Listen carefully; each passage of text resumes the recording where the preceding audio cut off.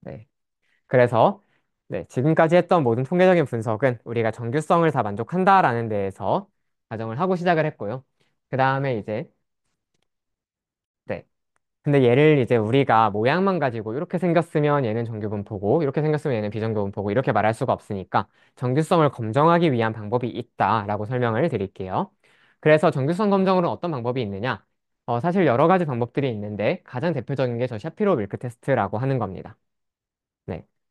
그래서 샤피로 밀크 테스트라는 게 있고 그냥 바로 한번 일단 써볼게요. 또 그놈의 scipy.stats에 들어있고요. 여기서 이제 임포트 샤피로 요거를 해주면 됩니다.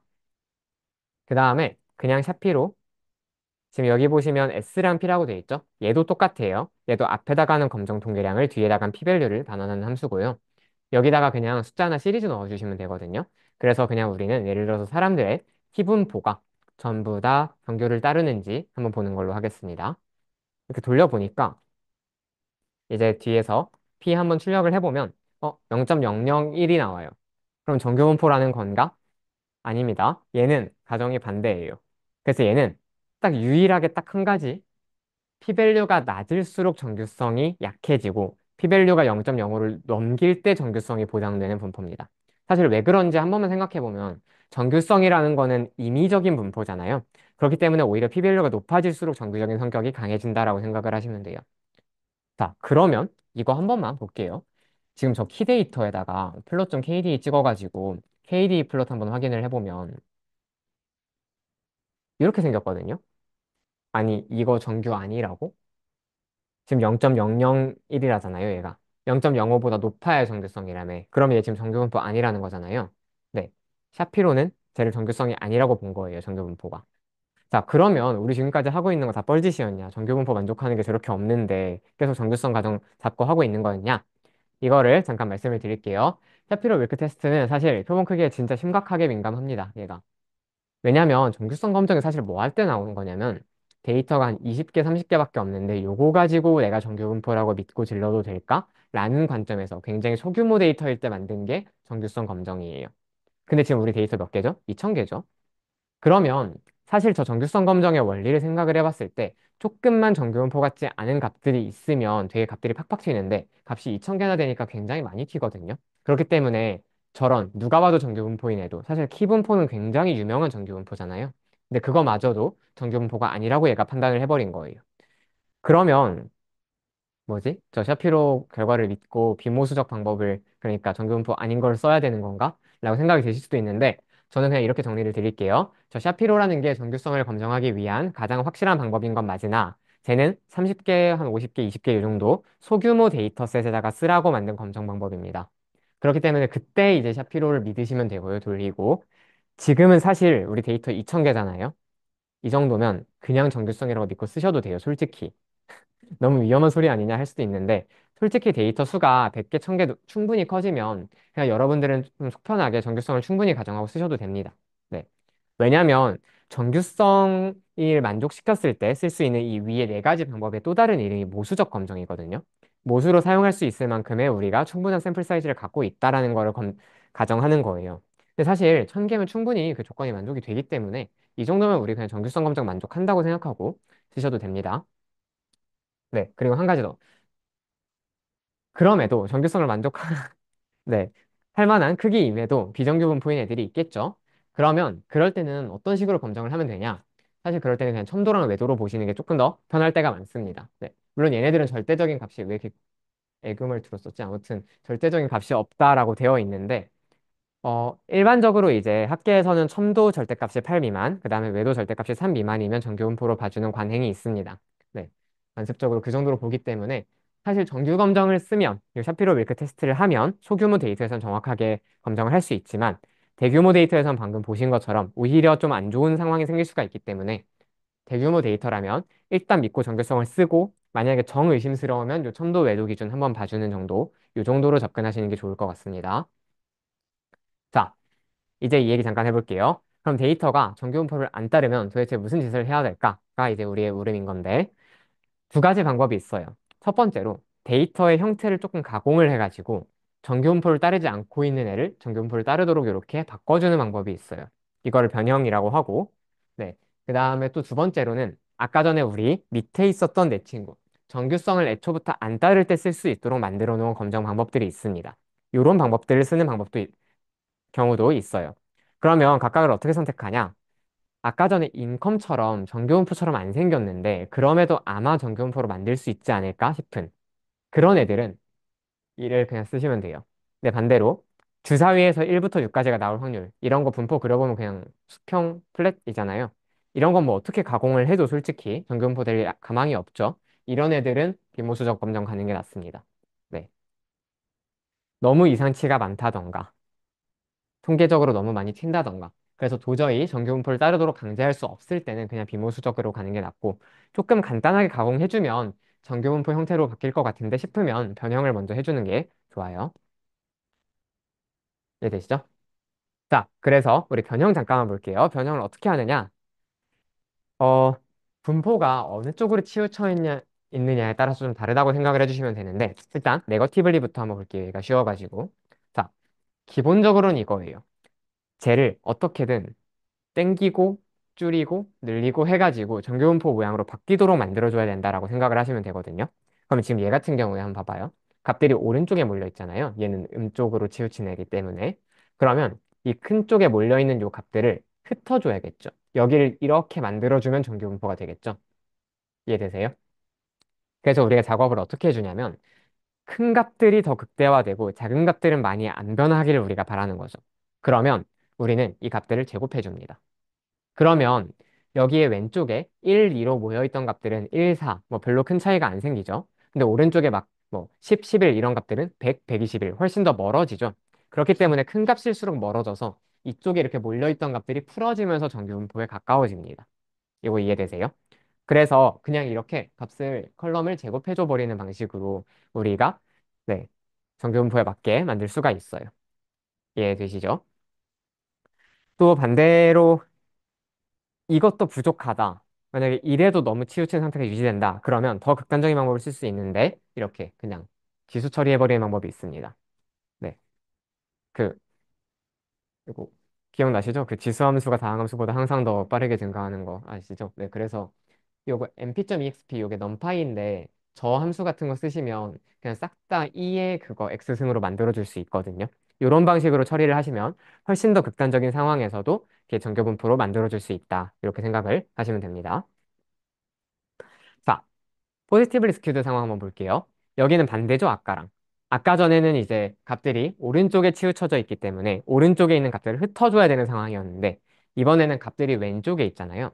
그러면 얘는 어떻게 생각을 해야 되냐면 아까 전에는 큰 값들을 흩어줬는데 반대로 큰 값들의 차이를 줄여준다, 모아준다라고 생각을 하시면 돼요. 그래서 지금 여기에 이렇게 꼬리가 길게 늘어져 있는데 얘를 왼쪽으로 붙여서 이렇게 하나의 작은 종 모양으로 만들어준다. 이런 컨셉으로 접근을 하는 겁니다. 그럼 어떻게 하느냐? 아까 전에 제곱, exp 이런 식으로 값들을 키우는 방법을 썼으니까 여기선 반대로 역수 로그 제곱근처럼 값을 줄이는 방법을 씁니다. 그래서 어 일단 맨 밑엔 딱 이해되시죠? 곱하기 0.5승 해주면 당연히 제곱근 취하는 거니까 얘가 루트 씌우는 방법인 거고 자 여기 한번 볼게요. 지금 역수를 취했는데 앞에 마이너스 부호까지 우리 붙였거든요. 저 마이너스 왜 달았을까요? 사실 답이 밑에 써 있는데 원래 역수를 취하면 대소가 뒤집혀요. 원래 3이 2보다 큰데 역수치하면 3이었던 값이 더 작아지는 셈이 되잖아요. 이렇게 되면 사실 우리가 원래 가지고 있었던 그 값들의 크기 순서를 제대로 반영하지 못하는 상황이 생길 수가 있어요. 그래서 우리는 무슨 작업을 하냐? 마이너스 x분의 1로 만들어서 걔를 다시 한번 뒤집어서 원래 순서를 유지시켜 줍니다. 네. 이런 방법이 있다라는 거 설명을 드릴게요. 그 다음에 한 가지 더, 로그를 취하는 방법이 있는데 여기 이제 이 함수가 있거든요. 이것도 numPy에 있는 로그 1p라는 함수인데 얘가 뭐냐면 1억분의 1을 더한 다음에 로그를 취해줘요. 왜 그런 짓을 할까 생각을 해보면 가끔씩 값들이 빵인 경우가 있잖아요. 그럴 때 로그 취해버리면 그거 오류 나는 거 아시죠? 여러분들 그 진수 조건 열심히 수학할 때 해보셨죠? x 0 초과 잡아야 되는 거. 그렇기 때문에 모든 값에다가 정말 미세한 값 하나만 더해가지고 0이 되는 일을 방지해주는 거다라고 생각을 하시면 돼요. 네, 그래서 기본적으로는 값들을 줄이기 위해서 역수, 로그, 제곱근 등등의 방법을 쓰는데 역수는 값이 뒤집히는 이슈가 있고 로그는 로그 빵이 될 수 있는 이슈가 있기 때문에 약간씩의 마이너스 붙이고 1억 분의 1 더해주는 조금씩의 가공이 더 들어가야 된다라는 거 설명을 드립니다. 자, 그래서 실제로 어떤 식으로 하는지 한번 보여드릴게요. 지금 우리 데이터 프레임에 인컴이 제 기억에 가장 좀 치우친 변수였던 걸로 생각을 하는데 얘가 지금 이렇게 되어 있어요. 여기서 이제 외도랑 첨도를 각각 조회를 해보면 지금 사실 이거 정규거든요. 굉장히 뚜렷이 정규거든요. 외도 1.02에 첨도 0.7이면 저거는 누가 봐도 정규긴 해요. 근데 어쨌든 우리가 이제 뽑아보면 약간 비정규 같은 느낌이 있기 때문에 한번 변환하는 거 연습 삼아서 한 번만 해볼게요. 뭘 취해줄 거냐면 우리 그냥 제곱근? 한번 편하게 제곱근 한번 취해줄까요? 지금 이거 포지티블리 스큐드니까 오른쪽으로 값이 퍼져 있는 거라서 이거 모아주기 위해서 값을 줄여줘야 된다는 느낌 드시죠? 그래서 제곱근 한 번만 취해볼 거예요. 자, 그럼 어떻게 하면 되느냐? df 인컴 이퀄 df 인컴의 0.5승 이렇게 해주면 돼요. 자, 그러면 이제 df 인컴의 전부 다 그 제곱근을 취해준 거잖아요. 이렇게 하고 나서 다시 한번 KD 플롯을 그려보면 오, 좀 더 정교에 가까워진 거 보이시죠? 그리고 이 함수에다가 마찬가지로 외도랑 첨도 계산을 해봐도 외도 0.2, 첨도 마이너스 0.57. 좀 더 정교분포에 가까워진 거. 특히 외도 관점에서. 보이시죠? 네. 이런 걸 쓸 수 있습니다. 멋있죠? 그러면 이제 쟨 좀 더 정교성이다라는 걸 가정을 하고 사용을 하시면 됩니다. 네. 이런 식으로 우리가 작업을 하고요. 그래서 사실 이게 정해져 있어요. 좀 어느 정도. 그 강도에 따라서 무슨 함수를 적용해줘야 되는지가. 그래서 일단 기본적으로 네거티블리 방향일 때는 흩어줘야 되기 때문에 값을 키우는데 당연히 제곱, 세제곱, 네제곱으로 갈수록 커지겠죠. 네제곱까지 보통 하진 않고요. 네제곱 넘어가면 EXP로 써주고 그래도 정규성 감정이 만족이 안 된다. 그러면 보통은 네, 비모수적으로 넘어갑니다. 저기가 극한이기 때문에. 자, 반대로 값을 줄여줄 때는 제곱근 먼저 취하고요. 그래도 너무 크다 하면 로그 취해주고요. 그래도 안 되면 역수 취합니다. 이래도 답이 없으면 그 다음에는 마찬가지로 비모수로 넘어간다 생각해 주시면 돼요. 이해되시죠? 자, 이제 비모수적 빠르게 한번 볼 테니까 잠깐만 화면 봐주세요. 어, 혹시 지금까지 한 내용 다 이해되시죠? 요건 좀 마일드했죠? 네. 비모수적 검정 방법은 뭐냐면 데이터가 사실 그 모수적이지 않은 상황이 뭐냐면 분포가 너무 플랫하고 이상치가 너무 크게 튀고 이러면 보통 우리가 모수적이지 않다, 정규성이 안 따라진다라고 얘기를 하거든요. 그러면 어떻게 하느냐? 정규성을 따르도록 할 수 있는 방법들을 아까 다 시도를 해봤는데 안 됐으니까 여기까지 넘어왔겠죠, 사실. 그러면 어떻게 하냐? 정규성 검정, 그러니까 그런 데이터 분포에 대한 어떤 가정이 하나도 필요 없는 방식을 아예 써버리면 돼요. 자, 어떻게 하느냐? 데이터의 값 자체 대신에 싹 다 순위로 바꿔버려요. 이러면 무슨 일이 생기냐면 값들이 막 아무리 미친 듯이 퍼져 있었어도 얘네가 전부 다 그냥 1에서 데이터 개수 뭐 1과 6 사이의 값으로 딱 들어오겠죠. 이런 식으로 데이터의 범위가 확 줄어들고 딱 확 정규화되기 때문에 이걸 활용해서 데이터를 분석할 수 있는 거예요. 이거 이해되시나요? 네. 자세한 방법은 설명을 안 드릴 텐데 그냥 이렇게 순위를 바꿔서 극단값의 영향을 최소화한다라는 정도로만 말씀을 드릴게요. 물론 그러면 당연히 단점 많겠죠. 값들이 원래 지금 1등이랑 2등만 봐도 지금 어디 있니? 마이너스 40이랑 30 되게 큰 차이죠. 근데 그 차이가 지금 뭐 2등이랑 3등 20밖에 차이 안 나는데 쟤랑 똑같은 게 돼버리니까 사실 값들의 분포에 대한 정보가 거의 다 사라져 버린다는 좀 치명적인 단점이 있죠. 그럼에도 우리가 정규성을 가정하고 모수적인 방법을 쓰고 싶었지만 그걸 쓸 수 없을 때 여기까지 내려와서 쓴다라고 사용을 해주시면 됩니다. 네. 그래서 여기 써 있는 것처럼 비모수적 검정은 기본적으로 정규성 가정을 따질 수 없을 때 그냥 아이의 데이터 분포에 대한 가정을 포기를 해버리고 사용할 수 있는 대안책이다라고 생각을 해주시면 됩니다. 자, 그래서 진짜 빠르게 넘어갈 거예요. T테스트, 독립검정 T테스트에 대응되는 게 맨휘트니 U테스트라고 합니다. 마찬가지로 스태츠 모듈 사이파이에 들어있고요. 그냥 맨휘트니 U 함수 갖다 쓰시면 돼요. 쟤는 어떻게 하냐? T테스트를 똑같이 하는데 그냥 다 순위로 바꿔서 t-테스트 한다라고 생각을 해주시면 돼요. 자, 그러면 페어드 t-테스트는 뭐냐? 윌콕슨 사인랭크로 바뀝니다. 네, 얘도 그냥 윌콕슨이라는 함수가 똑같이 있어요. 그 다음에 이제 아노바는 그럼 뭘로 바뀌냐? 비모수적에서는 크로스와리스 H-테스트로 바뀝니다. 그냥 보통 크루스칼이라고 불러요, 우리가. 네, 저 크루스칼로 쓰고 H 통계량을 만들기 때문에 H-테스트라고 부릅니다. 그래서 얘가 아노바에 대응된 친구다. 마지막으로 리피티드 아노바. 짝진 아노바 검정에서 대응되는 거는 이 프리드만 테스트다.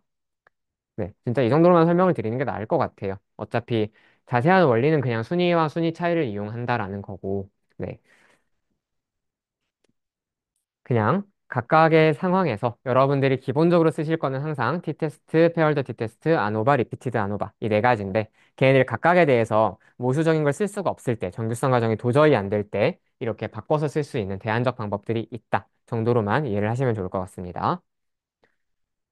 자, 마지막 등분산성 감정이랑 하나만 더 말할게요. 아까 정규성 과정 얘기했잖아요. 사실 생각보다 어떤 검정 하나를 실행하기 위해서 가정이 이것저것 많이 붙거든요. 하나가 더 있는데 딱 하나 등분산성 가정이라는 게 있어요. 이게 뭐냐면 그 두 집단을 비교하는 게 평균을 서로 여러 집단에서 비교하는 게 T테스트와 아노바였잖아요. 독립된 집단에서. 근데 그 집단에서 서로 분산이 똑같다는 걸 원래 가정을 해요. 그게 어디 들어간지 한번 보면 이게 아까 T 검정 통계랑 계산식이었잖아요. 근데 지금 분자에다 똑같이 SP제곱, SP제곱 쓴 거 보이시죠? S1, 2가 아니라. 저거 보이시죠? 왜 그렇게 하냐면 사실 기본적으로 T테스트나 아노바를 쓰려면 모든 집단의 분산이 산포도가 서로 퍼져 있는 정도가 똑같다라는 가정이 필요합니다. 왜 그러냐면 한 집단이 너무 많이 퍼져 있잖아요. 그럼 그 집단에서 발생한 차이를 과대평가하게 돼요. 이거 이해되세요?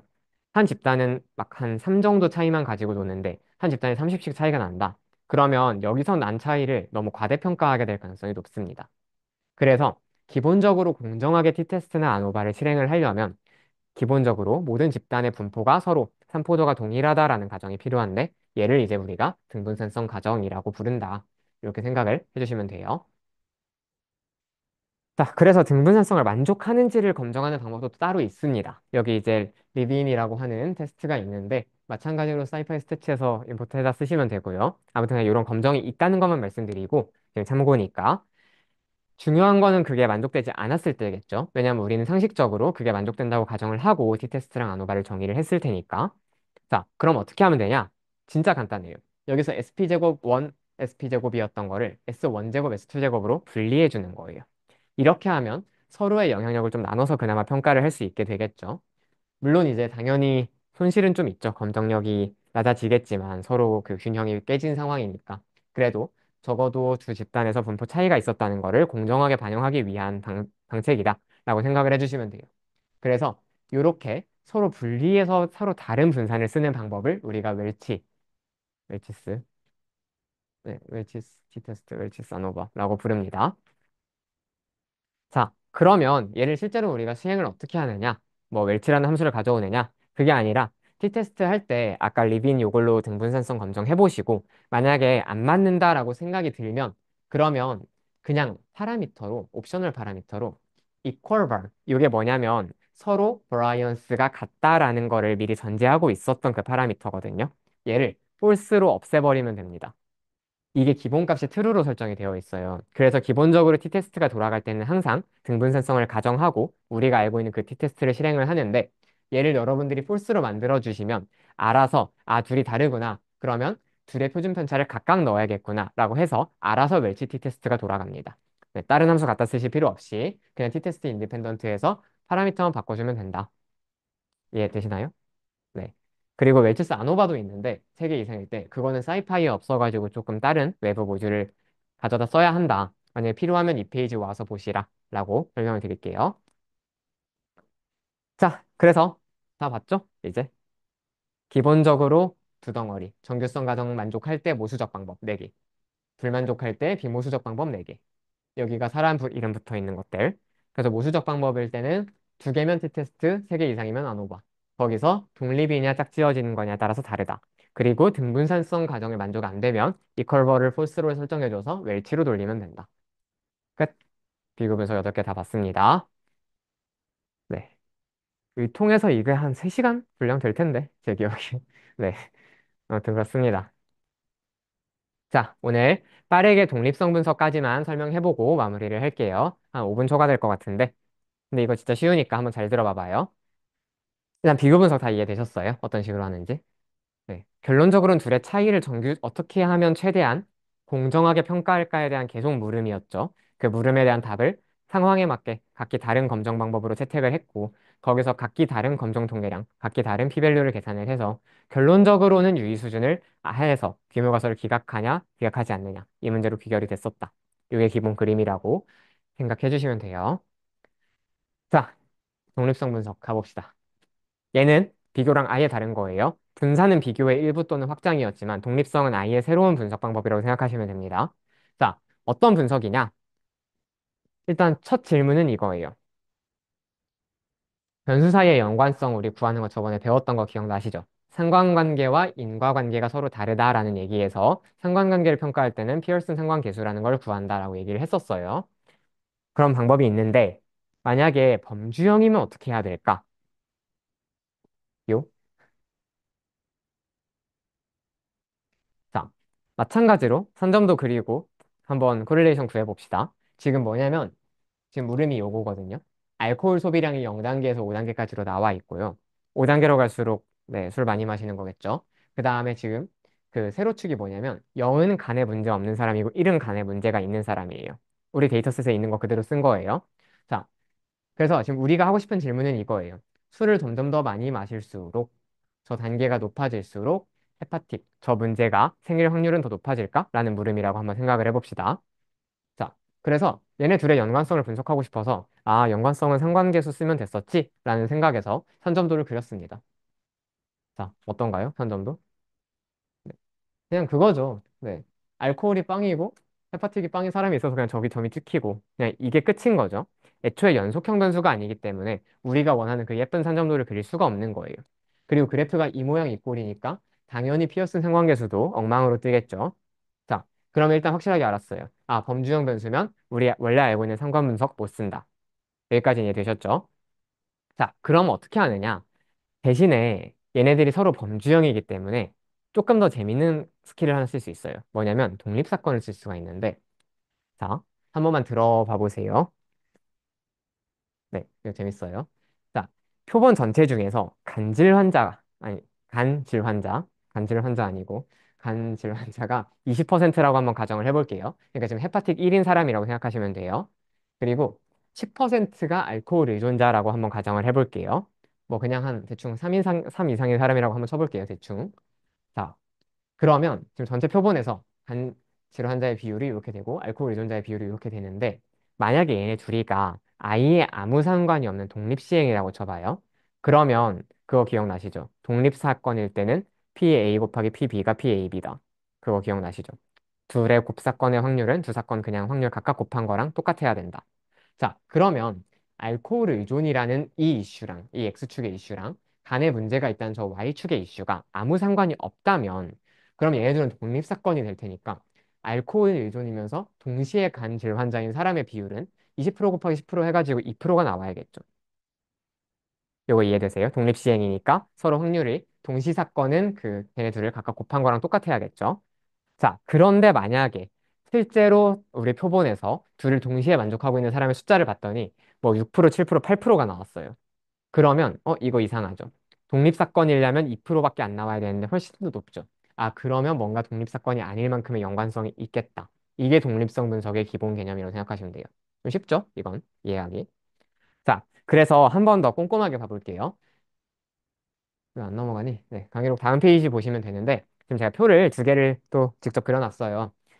이게 뭐냐면 가정은 마찬가지로 똑같습니다. 알코올 의존자가 10%가 있다라고 가정을 하고 또 전체 중에 간 질환자의 비율이 20%라는 가정에서 출발을 해보는 거예요. 만약에 간에 문제가 있다라는 이슈랑 알코올에 의존적인라는 이슈랑 얘네 두 개가 한 사람에게서 동시에 나타났다라고 한번 가정을 해봅시다. 아, 네. 인터넷 연결 상태가 잠시 좋지 못했어요. 네. 자, 얘네 두 개가 독립사건이라고 한번 가정을 해볼게요. 이게 사실 귀무가설이에요. 독립성 검정에 귀무가설은 항상 이 두 사건이 독립사건이다라고 가정을 합니다. 그럼 어떻게 돼야 되냐면 지금 제가 보여드린 것처럼 이런 크로스 테이블이 나와야겠죠. 지금 예를 들어서 알코올 의존이면서 간질환 있는 사람은 10% 곱하기 2%에서 2%. 그 다음에 뭐 간질환 있으면서 비의존인 사람은 20% 곱하기 90%에서 18%. 이런 식으로 교차표가 그려져야겠죠. 그래서 2, 18, 8, 72. 요게 우리가 얘네가 독립사건일 때 기대할 수 있는 각 4개 칸의 확률이라고 생각하시면 돼요. 여기까지 이해되셨죠? 근데 만약에 실제 데이터의 분포가 6, 14, 2, 78이었다고 한번 가정을 해볼게요. 무슨 말이냐면 반질환이랑 알코올依存이 동시에 있는 얘네 둘이 엮여 있는 사람들이 우리가 기대했던 독립사건일 때 기대했던 것보다 훨씬 더 잦은 사건이었다고 보는 거예요. 그러면 이렇게 차이가 있다면 아, 그제서야 얘네 둘은 뭔가 연관이 있을 확률이 오히려 높겠구나 라는 생각을 우리가 할 수가 있겠죠. 요게 여기 8%여야 됩니다. 죄송합니다. 아무튼 뭐 숫자 꼬였는데 8% 12%여야 되죠. 아무튼 네. 이런 식으로 값이 서로 기대와 많이 어긋나게 되면 그만큼의 연관성이 있다라고 보는 거예요. 만약에 여기가 2%로 기대했는데 한 뭐 2.3%다. 이런 건 뭐 별로 차이 없는 거죠. 그러면 귀무가설 인정할 만하겠죠. 독립사건일 수 있겠죠. 근데 만약에 여기가 6%, 7%, 8% 이렇게 만약에 큰 차이가 난다. 그러면 독립사건일 때 이 비율은 나올 수가 없다. 이거는 의존성이 있는 거다라고 생각을 하는 겁니다. 이해되세요? 자, 그래서 얘를 어떻게 계산을 하느냐? 이렇게 해서 서로의 독립성을 분석하는 방법을 우리가 그 유명한 카이제곱 검정, 카이스퀘어 검정이라고 부릅니다. 여기 지금 요 X 모양이 있는데 여기 그리스 문자라서 카이라고 읽고요. 네, 카이제곱이 되는 거예요. 네, 놀랍게도 유튜브에 네가 이거를 X제곱이 아니라 카이제곱이라고 읽는다고 해서 카이제곱이라는 걸 이해하고 있다는 뜻이 아니다라는 영상이 있던데, 네, 아무튼 X제곱이라고 읽으시면 안 됩니다. 자, 카이제곱 검정의 그래서 기본은 제가 아까 말씀드린 거랑 똑같아요. 각각의 독립사건이라고 가정을 한 다음에 저렇게 교차표를 구해서 원래 내가 얻을 수 있었던 독립사건일 때 곱사건으로 얻을 수 있었던 저 기대 빈도를 구한 다음에 실제 빈도랑 얼마나 다른지를 비교를 하는 거예요. 그래서 만약에 차이가 크다면 귀무가설을 기각하고 의존성이 있다. 독립사건이 아니다라고 보는 거고 만약에 그 차이가 거의 없다면 귀무가설을 기각하지 않고 독립사건이 맞는 것 같다라고 생각을 하는 거겠죠. 네.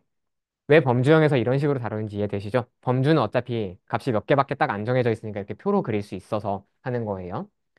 자, 그래서 우리가 저 위에 있는 표에서 나오는 값을 1라고 두고 아래에서 나오는 걸 5라고 둬요. expected observed예요. 그냥 기대된 관찰된이라고 생각하시면 돼요.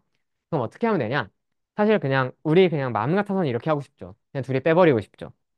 근데 빼면 문제가 뭐가 있냐? 첫 번째, 부호가 막 튀죠. 그러면 함부로 더할 수가 없어요. 그래서 부호를 없애기 위해 일단 먼저 제곱을 합니다. 얘네 둘에서 2와 6을 빼고 18과 14를 빼고 8과 2를 빼고 72와 78을 빼고 이거 각각을 다 제곱을 해줘요. 여기까지 따라오셨죠? 그 다음에 한 가지가 뭐가 더 있냐면 얘를 기대값 2로 나눠줘요. 왜 그런 일을 하느냐? 자, 여기 써 있는 거랑 똑같은데 똑같이 기대 빈도의 차이가 5라고 한번 생각을 해볼게요. 근데 원래 기대되는 확률이 5%였는데 10%로 나온 것. 이건 굉장히 큰 사건이죠. 근데 만약에 기대되는 게 60%였는데 65%로 나온 것. 상대적으로 덜 중요한 사건이겠죠. 그렇기 때문에 원래 기대 빈도의 크기로 얘를 나눠가지고 그 크기를 반영해준다라고 생각을 하시면 돼요. 얘를 5로 나누면 작은 숫자로 나누니까 그 크기가 엄청 잘 반영이 될 텐데 60으로 나눠버리면 굉장히 큰 수로 나누니까 그 영향이 확 작아지겠죠. 네. 그래서 얘를 2로 나눠가지고 계산한다. 그래서 결론적으로 카이스퀘어 검정은 항상 표 전체에 대해서 모든 칸마다 서로 대응되는 칸마다 기대값과 관측값의 차이의 제곱 나누기 기대값 총합 이렇게 구한다고 생각하시면 돼요. 그래서 사실 여러분도 구할 수 있어요. 되게 쉽죠? 그렇습니다. 네.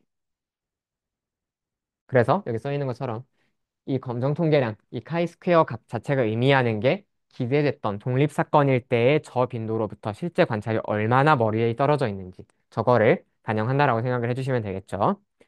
자, 그리고 나머지는 다 똑같은데 마찬가지로 또 분포 구해가지고 넓이 구합니다. 근데 일단 네, 얘도 다 제곱을 해가지고 더했잖아요. 그렇기 때문에 얘도 양수 방향밖에 없고 카이제곱 분포라고 하는 곡선 위에서 우리가 넓이를 구해요. 그래서 이제 카이제곱 분포는 정규 분포랑 얘는 좀 확실하게 달라요. 얘는 오른쪽으로 무조건 스큐드거든요. 그래가지고 이렇게 1일 때는 아예 x분의 1 같은 것처럼 나왔다가 이렇게 자유도가 쭉쭉 커져도 확실하게 스큐드한 모양을 좀 보인다라는 거를 좀 이해를 하고 계시면 좋을 것 같아요.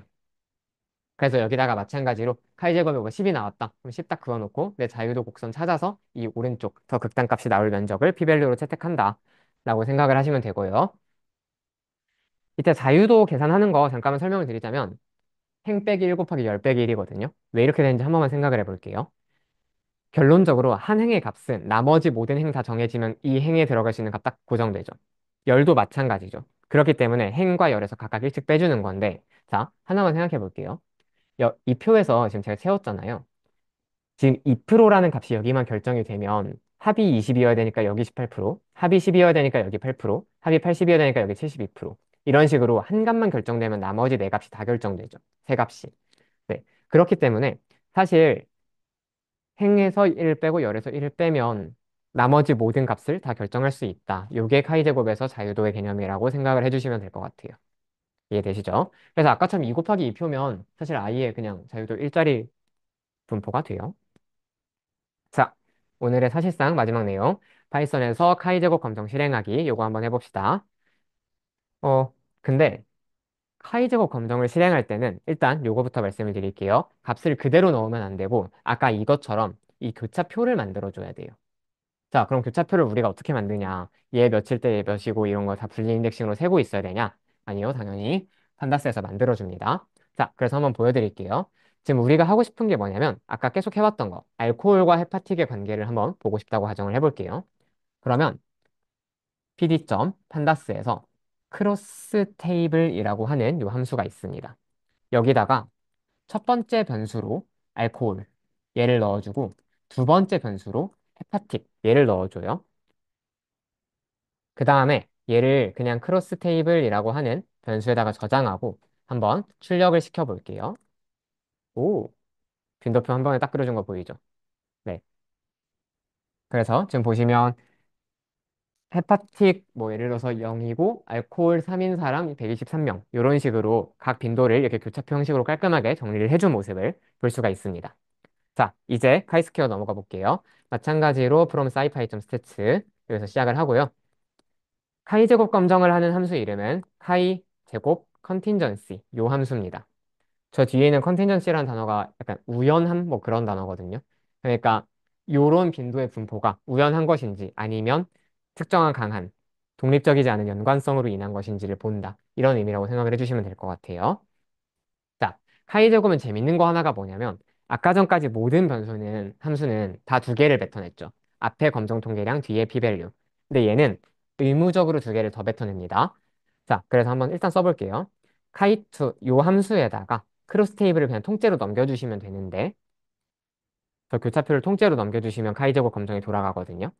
근데 얘가 뱉어내는 값이 맨 첫 번째가 카이 제곱 검정 통계량 카이 스퀘어를 그냥 값을 자체를 뱉어내고 두 번째가 p-value 세 번째가 아마 자유도였을 거고요. 네 번째가 그거, 이 값. 이런 식으로 순서대로 아마 뱉어냈을 거예요. 자, 먼저 하나씩 보여드릴게요. 이거 코드 실행해 보시고, 자, 카이 제곱부터 출력을 해보면 검정 통계량 16 나온 거 보이시죠? 네, 검정 통계량 16이 나왔습니다. 그리고 얘에 따른 p 값 출력을 해보면 p-value 0.005. 아, 진짜 딱 논문에 실기 너무 좋은 숫자죠, 이거. 네, 0.005. 그러면 양측 유의 수준 한 1%에서도 대충 기각할 만한 굉장히 강력한 연관성이 있다라고 보는 거고요. DF 출력해보면 얘가 자유도예요. 자, 지금 이거 6 곱하기 2짜리 표죠, 교차표가. 그러면 6 빼기 1 곱하기 2 빼기 1 하면 5 곱하기 1이니까 자유도 5. 우리가 알고 있는 대로 잘 나오는 거 볼 수가 있고요. 마지막으로 E는 뭐가 나오냐면 5. 이게 뭐냐면 기대 빈도예요. 아까 우리가 2와 5를 만들었었잖아요. 얘가 기대 빈도, 얘가 실제 빈도라고 생각을 하고 얘네 둘을 갖고 아까 카이스퀘어와 P를 계산한 거다라고 얘가 보여주는 거예요. 자, 그럼 이런 식이겠죠. 예를 들어서 지금의 우리 분포에서는 어, 알코올 사용량이 엄청 높을 때 독립사건이었다면 간에 문제가 있는 사람이 22명밖에 안 됐어야 돼요. 근데 실제로 35명이나 나왔어요. 이런 식으로 이게 알코올 문제가 있는 사람들은 간에서 이슈가 생길 확률이 훨씬 더 크구나 라고 생각을 하는 거죠. 이해되시죠? 이런 방식으로 둘 사이가 독립인지 아니면 연관인지를 분석한다 라고 생각을 해주시면 됩니다. 자, 오늘 수업 여기까지고요. 오, 놀랍게도 시간을 6분밖에 초과하지 않았다는 게, 네, 믿기지가 않네요. 자, 그래서 오늘 쭉 다시 한 번만 보면, 네, 맨 처음에 우리 모집단 추정하는 거, 중심극한 정리부터 시작을 해가지고, 이거 평균 추정하는 거 봤었어요. 그리고 신뢰 구간이라는 게 정확하게 무슨 의미인지도 같이 봤었고, 그 다음에 비교 분석으로 넘어가가지고 비교 분석은 종류가 엄청 많다. 그래서 케이스에 따라서 t-테스트 또는 아노바 네, 이렇게 쓸 수가 있다. 그리고 만약에 정규성을 만족하지 않는다면 샤피로 윌크 같은 거 돌려서 정규성을 만족하지 않는다면 이제 두 가지 방법이 있는데 이렇게 데이터를 정규성을 따르도록 강제하거나 아니면 비모수적 검정 방법 네 가지를 각각 짝지어서 쓸 수가 있다라는 설명드렸고요. 그 다음에 이제 꽤 재밌는 독립성 분석이라는 게 있다. 얘는 범주형 데이터에서 얘네가 독립사건일 때 기대되는 확률로부터 얼마나 멀리 떨어져 있는가를 수학적으로 분석한 거다라고 생각을 하시면 되고요. 그래서 그만큼 차이가 클수록 독립사건이라는 걸 기각하고 얘네 둘 사이에 뭔가 의존성이 있다라고 확신을 하게 된다라고 이해를 해주시면 되겠습니다. 자, 실습은 당연히 과제가 되겠죠. 네. 첫 번째 과제고요. 두 번째 과제인데, 어, 요거 같은 경우에는 뭐냐면요. 여기서 토의에서 정하라는데 그냥 각자 하시면 돼요. 이 세 가지 문제를 여러분들이 각자 뭐 변수 설계하시고 해가지고, 알맞은 통계학적 검정 방법부터, t-테스트, 아노바, 카이스퀘어, 뭐 대충 이 정도 안에서 제가 만들었겠죠. 얘네 중에 내가 뭘 써야 되지를 결정을 먼저 하시고, 실제로 돌려서 p-밸류 구해보시고, 유의 수준 알파값 0.05에서 유의한지 아닌지 한번 직접 테스트해 보시면 되고요. 자, 그 다음에 두 번째는 뭐냐면 이거 스튜던트 데이터.csv인데 요거 저번 시간에 해봤던 거 기억나세요? 막 시각화하고 남자 여자 원그래프 그리고 누가 과제창 밖으로 빼놨던데 하나? 아무튼 네, 그 데이터 그대로인데 자, 이제 조금 더 문제가 어려워집니다. 뭐 이런 식이에요. 신경이는 긴 공부 시간이 중간고사 고득점의 지름길이라고 생각했습니다. 하루 평균 3시간 이상 공부하는 사건과 중간고사에서 80점 이상을 득점하는 사건이 서로 연관되어 있다. 자, 무슨 검정 써야겠어요?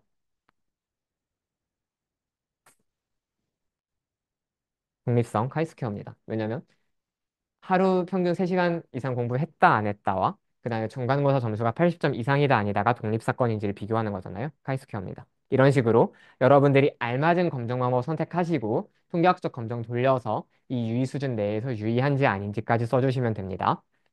4번은 사후 분석까지 해야 돼요. 사후 분석 있다는 거 보면 무슨 분석인지 바로 감 오시죠. 자, 오늘의 과제고요. 아하. 자, 양리학 1차, 병리학 1차에서 영감을 얻은 의료정보학 1차. 왜 치냐면요. 사실 제가 여기에서 서 있기 때문에 여러분들이 이따가 내년에 이제 3월부터 프로젝트 하셔야 되는데 프로젝트 잘 따라가실 수 있을 정도로 잘 이해를 하셨는지 제가 확신이 서지 않습니다. 여러분들을 못 믿는 게 아니라 제 강의 실력을 못 믿어서 그래요. 그래서 지금까지 수업 난이도를 좀 평가를 하고 그다음에 수업 이해도도 종합적으로 평가를 할까 해서 이제 시험을 칠 건데 당연히 시험 치라고 학교를 와가지고 418에다가 애들을 모아놓고 본일처럼 시험을 치면 모두가 다 기겁을 하겠죠. 그래서 48시간을 드릴 겁니다. 1월 6일 월요일부터 화요일까지 48시간 동안 여러분이 원하실 때 1시간 각 잡고 그냥 자유롭게 푸시면 돼요. 저한테 제출만 해주시면 됩니다. 그래서 이제 구글 폼 설문지로 그냥 내면 되고요. 뭐 시험 문제는 모르겠지만 한 20개나 낼라나? 잘 모르겠어요. 뭐 출제 해보고 스포해드릴게요. 범위는 이제 네, 웰컴 투 브레인랩도 범위입니다. 거기서부터 이제 여기까지가 범위라고 생각하시면 되고요. 그 다음에 이제 규정, 오픈북이기 때문에 수업 영상 유튜브에서 다시 보셔도 되고요. 그 다음에 제 강의 자료 다 보셔도 되는데, 다만 한 가지만 약속. 챗GPT만 쓰지 말아주세요. 왜냐면 이건 제가 여러분이 직접 코드를 한 줄 한 줄 짜가면서 문제를 풀기를 바라는 의미에서 한 거기 때문에, 각자 양심에 제가 확인할 수는 없지만, 챗GPT, 클로드, 제미나이 금지. 네. 뭐, 결과는 제가 열심히 채점해서 안내를 드릴 거고요. 이게 여러분들의 강의 이해도를 평가하기 위한 거지 줄 세우기 위한 게 당연히 아니기 때문에 불필요한 감정 소모를 유발하는 자료를 제공하지 않을 예정이니 걱정 마시고 이런 게 있다. 조만간 공지 한번 다시 드리겠습니다. 네, 그래서